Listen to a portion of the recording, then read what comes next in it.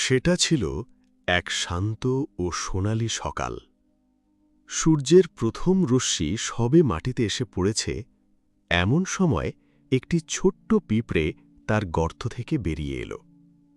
তার কাছে পৃথিবীটা ছিল বিশাল, আর সে তার দিন শুরু করার জন্য প্রস্তুত ছিল।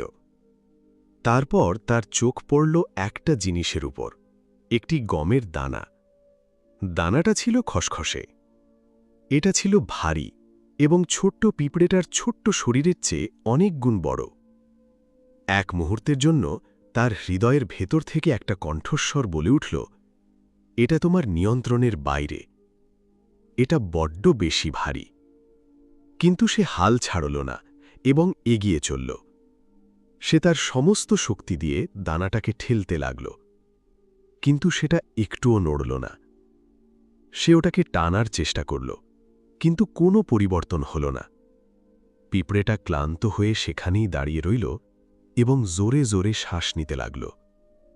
আরও অনেক পিঁপড়ে তার পাশ দিয়ে চলে গেল। তারা সবাই নিজেদের কাজে ব্যস্ত ছিল।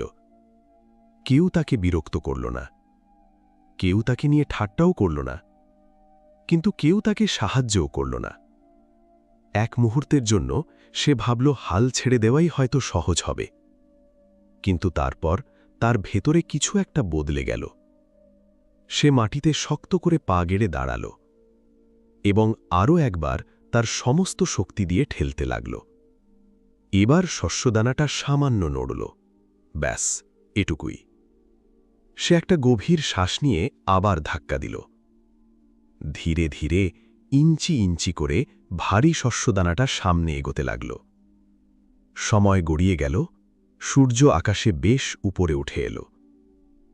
পিঁপড়েটার পা কাঁপছিল আর তার সারা শরীরে ব্যথা করছিল।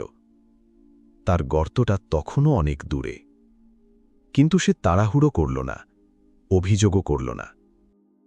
সে শুধু ধাক্কা দিতে থাকল। সে শ্বাস নিত আর সামনে এগিয়ে যেত। এটাই ছিল তার নিয়ম। ঠিক তখনই দূর থেকে আরেকটা পিঁপড়ে তাকে দেখতে পেল। সে থেমে গেল।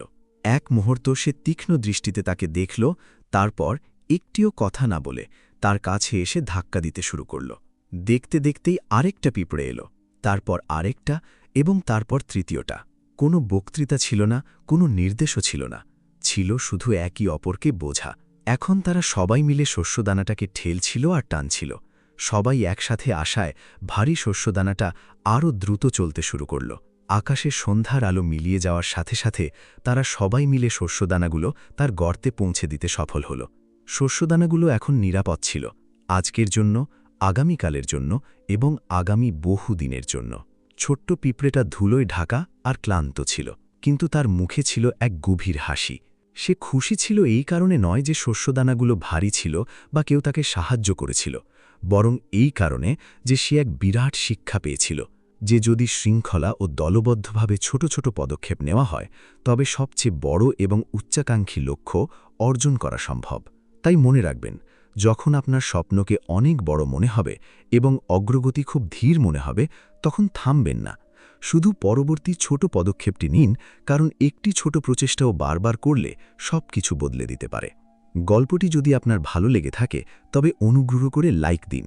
আপনার বন্ধু এবং পরিবারের সাথে এটি শেয়ার করুন এবং এই ধরনের আরও অনুপ্রেরণামূলক গল্পের জন্য আমাদের চ্যানেলটি সাবস্ক্রাইব করতে ভুলবেন না। ধন্যবাদ।